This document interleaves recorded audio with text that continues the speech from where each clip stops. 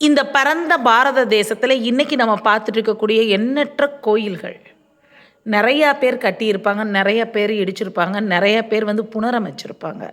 அதில் என்னை மிக கவர்ந்தவர்கள் யாருன்னா விஜயநகர சாம்ராஜ்யத்தை சார்ந்த மன்னர்கள்.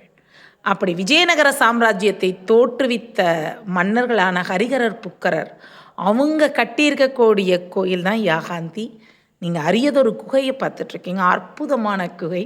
அகஸ்திய மாமுனி தவம் புரிந்த இந்த இடத்தில் வெங்கடாஜலபதிக்கென்று ஒரு தனி குகையும் இருக்குது. அதே சமயத்தில் தீர்க்க தரிசனத்திற்கு பெயர் போன வீர பிரம்மேந்திர மகரிஷி இந்த இடத்துல தான் தவம் பண்ணியிருக்காரு.